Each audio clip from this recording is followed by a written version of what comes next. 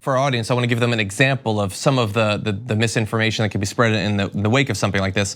I saw that Senator Tom Cotton, a United States senator, had a tweet thread where he's not saying anything. He's just talking about the possibility that COVID-19 might have been developed by the Chinese government in a lab and intentionally released. He's not saying that that's what's happening, but he's saying that we can't say that that's not happening at this point.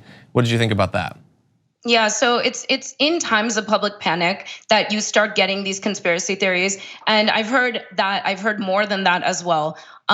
It's not the time now to sit and try and address some of these more extreme conspiracies that are bound to come up. What we need to focus our time and attention on is really what we know as a scientific community of those who are looking at the virus from medical points of view, from social points of view, from cultural practices, and field epidemiologists who are putting their lives on the line, going into those bat caves and really exploring what the interaction between humans and animals are that is resulting in these zoonotic disease transfers as they're known. When a virus jumps from an animal to human and then human to human mutation occurs, that is the nature of this virus. And we know that as a scientific community. So we really need to focus on the evidence and ignore some of these other kind of outlandish theories that come into the fray when all of this is being broadcasted across your screens across the world.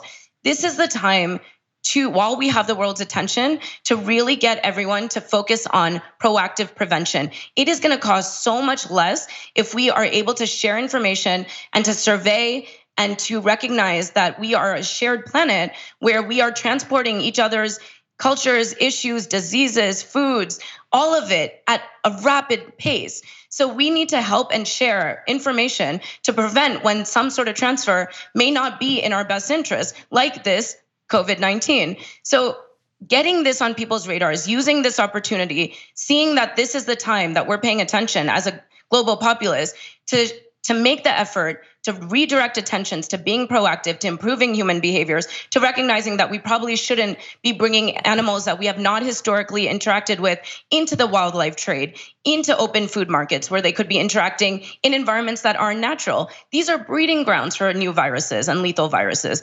This is the time for awareness and education, not the time for conspiracy theories. I will try to remember that. Dr. Chakraborty, thank you very much for joining us today. Thank you.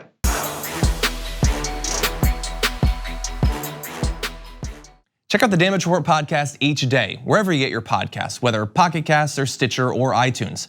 You can join me as I give you the news and stories you want, with a range of co-hosts and interview guests jumping in on the fun each day. Again, that's the Damage Report, wherever you get your podcasts. And if you get them at iTunes, don't forget to rate and review. Sometimes I'll read them live on the show.